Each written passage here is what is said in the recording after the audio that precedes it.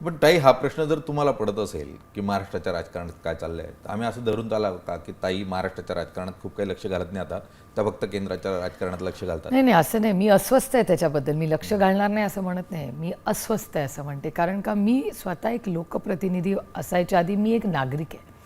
आणि मला असं वाटतं की मी राजकारणात कशासाठी आले, तर मी एक पॉलिसी मेकर म्हणून, म्हणजे ज्याच्यामुळे निर्णय प्रक्रियेमध्ये एक पॉलिसी करून तुमच्या सगळ्यांच्याच, म्हणजे तुम्हीही माझे स्टेक होल्डर आहात, तुमच्या आयुष्यात एक चांगला बदल घडवण्यासाठी आम्ही येतो. पण आजचं महाराष्ट्राचं राजकारण त्याचा भाग मीही आहे. म्हणजे मीही तेवढीच गुन्हेगार आहे. म्हणजे मी असं स्वतःला काही वेगळं ठेवून, पण ही जी प्रक्रिया आता चाललेली आहे महाराष्ट्रामध्ये, याचा उल्लेख तुम्ही तुमच्या ओपनिंगमध्ये केला की कोण कोणाबरोबर, म्हणजे आता तर असं झालं आहे की काँग्रेस आणि BJPनी पण आघाडी केली, MIMने पण.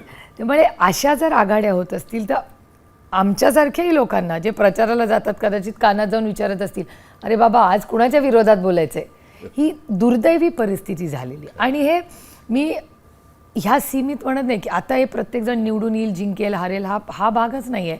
मी याचा लाँग टर्म इम्पॅक्टचा विचार करते. आणि कधीतरी आमच्याही सारख्या लोकांनी शॉर्ट टर्म गेन्स की अरे जो जीता वही सिकंदर, अरे जीता ॲट व्हॉट कॉस्ट?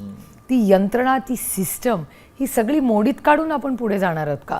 आता बिनविरोध, आता भारतीय जनता पक्ष, शिंदेसेना ही 60 आणि 70नीच सुरू होते.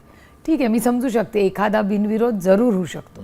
पण या जगातले सगळ्यात यशस्वी प्रधानमंत्री म्हणून भारतीय जनता पक्षच मोदीजींबद्दल बोलते. आणि आज देशाचे प्रधानमंत्री आहेत असते. तर प्रधानमंत्री अनअपोज्ड होऊ शकतात का? त्यांची एवढी पॉप्युलॅरिटी आहे. मग मोदीजींच्या विरोधात एकतरी माणूस उभा राहतोच ना. मग ह्या ज्या सगळे नगरपालिकेत स्पेशली तो डेटा मी खूप, म्हणजे मला गंमत वाटते की आम्ही जेव्हा 2014मध्ये आमच्या विरोधात माननीय मोदीजी भाषण करायचे की हा परिवारवाद मोडून काढायचा आहे. तर हा परिवारवाद मोडून काढताना 11 वर्षानंतर महाराष्ट्रात जेव्हा नगरपालिकेची इलेक्शन झाली तेव्हा भारतीय जनता पक्षाचे जेवढे बिनविरोध आले त्यातला एकही कार्यकर्ता नसावा बिनविरोध. कॅबिनेट मंत्र्याची बायको, बहीण, आई, वहिनी, हा सगळा जो डेटा आला तो 100% परिवारवाद होता. मग काँग्रेस मुक्त भारत करायला निघालेली आज 60% भारतीय जनता पक्षाचे निर्णय प्रक्रियेतले लोक हे काँग्रेसचे आहेत. मग काय बदललं 11 वर्षात? आणि मला हा प्रश्न अस्वस्थ एवढ्यासाठीच करतो की मी शॉर्ट टर्म नाही विचार करत की जर ही लोकशाही आहे, लोकशाही टिकवण्यासाठी एक लेफ्ट अँड राईट, म्हणजे मी विचारधारेचं म्हणत नाही की 2-4 जे काय असतील हे पक्ष असलेच पाहिजेत. कारण का चेक्स अँड बॅलन्सेस, म्हणजे आम्हीही अनेक वर्ष सत्तेत राहिलो, पण जरी आम्ही सत्तेत, मला UPA 2चा काळ क्लिअरली आठवत आहे की जरी मी सत्तेत असले तरी सुषमाजींची या राडूंजींची भाषणं आम्ही आवर्जून ऐकायचो.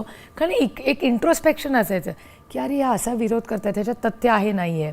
पॉलिसी करताना आम्ही फक्त इलेक्शन मशीन नाही आहोत. इलेक्शन हा प्रक्रियेची एक सुरुवात आहे. पुढची 5 वर्ष जर आम्ही इलेक्शन पक्ष फोडा ह्याच्यातच करत राहिले तर मग ह्या सगळ्या प्रक्रियेचा आउटकम काय, ऑब्जेक्टिव्ह काय आहे? अत्यंत महत्त्वपूर्ण प्रश्न आहे की जर 5 वर्ष तुम्ही फक्त इलेक्शन मशीन म्हणून काम करणार असाल तर सर्वसामान्यांच्या प्रश्नांची उत्तर कधी शोधणार, त्यांच्या प्रश्नांना जमिनीवर जाऊन तुम्ही वाचा कधी फोडणार? हे जर राजकारणी करतच नसतील आणि आम्ही जिंकतोय आणि जिंकणंच सर्वस्व असेल तर मग जी परिस्थिती यायची ती येणारच. तुमच्या परवानगीने एक वाढवीन मी. तुम्ही म्हणताय वाचा फोडणार, मी म्हणलं वाचा फोडायची आमची जबाबदारी नाही, तो प्रश्न सोडवण्यासाठी आम्ही सत्तेत येतो. म्हणजे नुसता वाचा फोडण्यापर्यंत नाही ते सीमित, ते पुढची टप्पा आहे.